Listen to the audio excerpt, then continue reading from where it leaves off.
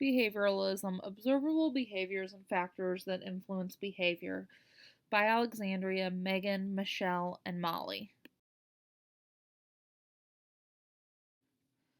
What is behavioralism? Behavioralism is a favorable response to an external stimuli. Classical conditioning was Pavlov's theory was a descriptive technique which began in 1987 with Pavlov's interest in digestion studies with dogs, whereas operant conditioning was in the 1930s and B.F. Skinner studied the behaviors of rats and their behavior response to food rewards or punishment using a shock. There are 4 stages to classical conditioning. Accusation, the initial learning of the conditioned response with a stimulus. My dog Rufus gets a treat and a verbal praise, good boy, for bringing his red ball after I throw it. Extinction, disappearance of the conditioned response to the stimulus. I discontinue the treat and verbal praise, and he stops bringing the red ball.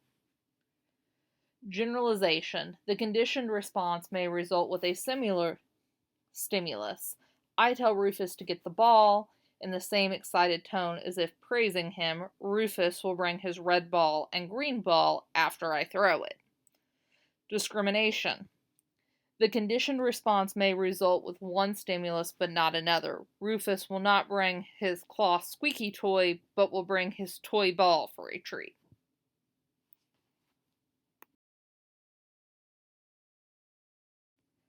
Operant conditioning is the reinforcement of behaviors by rewards or punishment. Punishment, any stimuli that reduces or discourages a behavior to make that behavior stop. Positive punishment, any disciplinary action. Child hits another student at school and is suspended for 3 days from school. Negative punishment, removing a rewarding stimuli. Child doesn't do their homework, loses all electronic time. Rewards, any stimuli, positive or negative, that strengthens a behavior to make that behavior continue. Positive reinforcement is when a child does his or her homework and gets minutes of electronic time. Negative reinforcement, child learns to raise his or her hand in class to stop getting delayed recess time.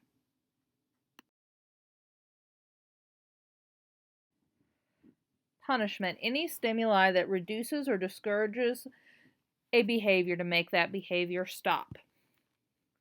Positive punishment is any disciplinary action. Child hits another student at school and is suspended for 3 days from school. Negative punishment, removing a rewarding stimulus. Child doesn't do homework, so loses all electronic time.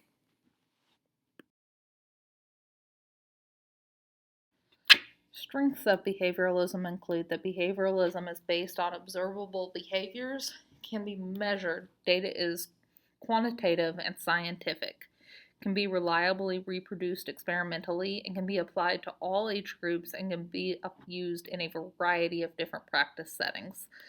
This makes the theory very diverse and easy to apply. Some of the limitations of behavioralism includes that it gives providers the authority, which interferes potentially with a client's self-determination, which is one of the values in social work.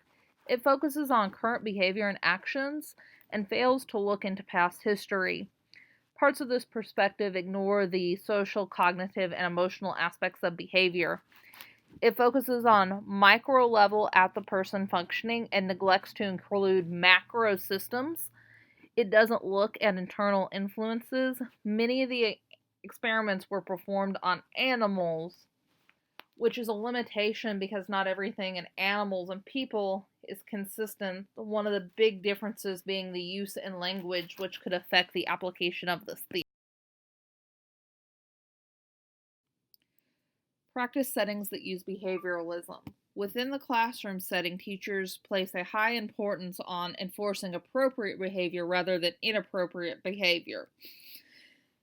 For interaction in the classroom, the teacher then observes changes in the child to identify if progress is being made.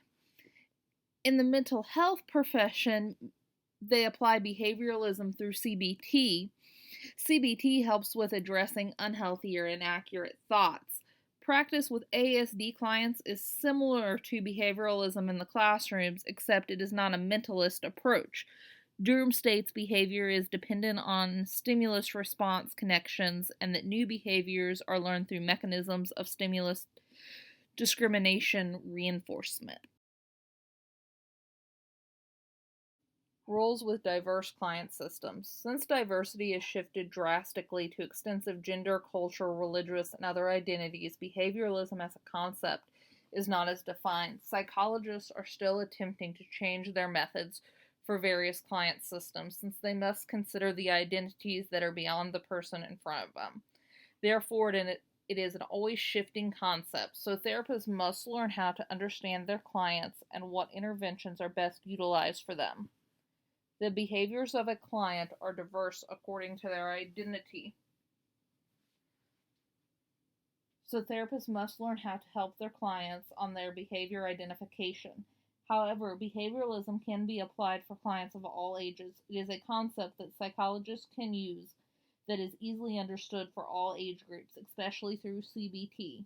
Even still, therapists still need to apply skills to other populations and give attention to diverse populations. There is still a lack of research on how to use CBT, particularly with diverse clients outside of age.